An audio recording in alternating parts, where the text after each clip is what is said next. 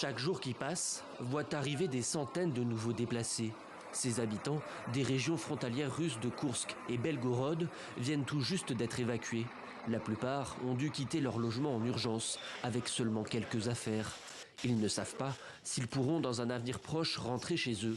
Après Koursk, le gouverneur de la région de Belgorod a lui aussi décrété l'état d'urgence.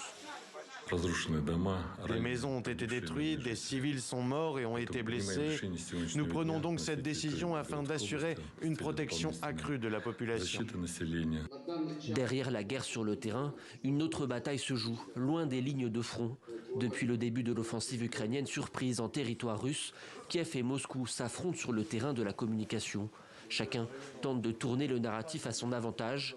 À Kiev, Volodymyr Zelensky multiplie les séances en visio avec son commandant en chef.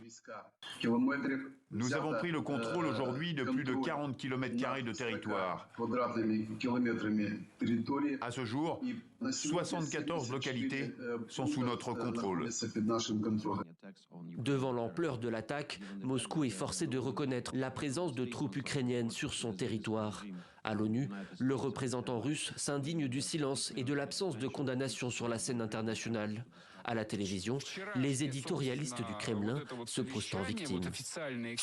180 000 personnes ont été forcées de quitter leur maison dans la région de Koursk. Ce ne sont pas des étrangers, c'est notre peuple. Ces barbares ukrainiens ont perdu la raison. Ils ont envahi nos terres historiques.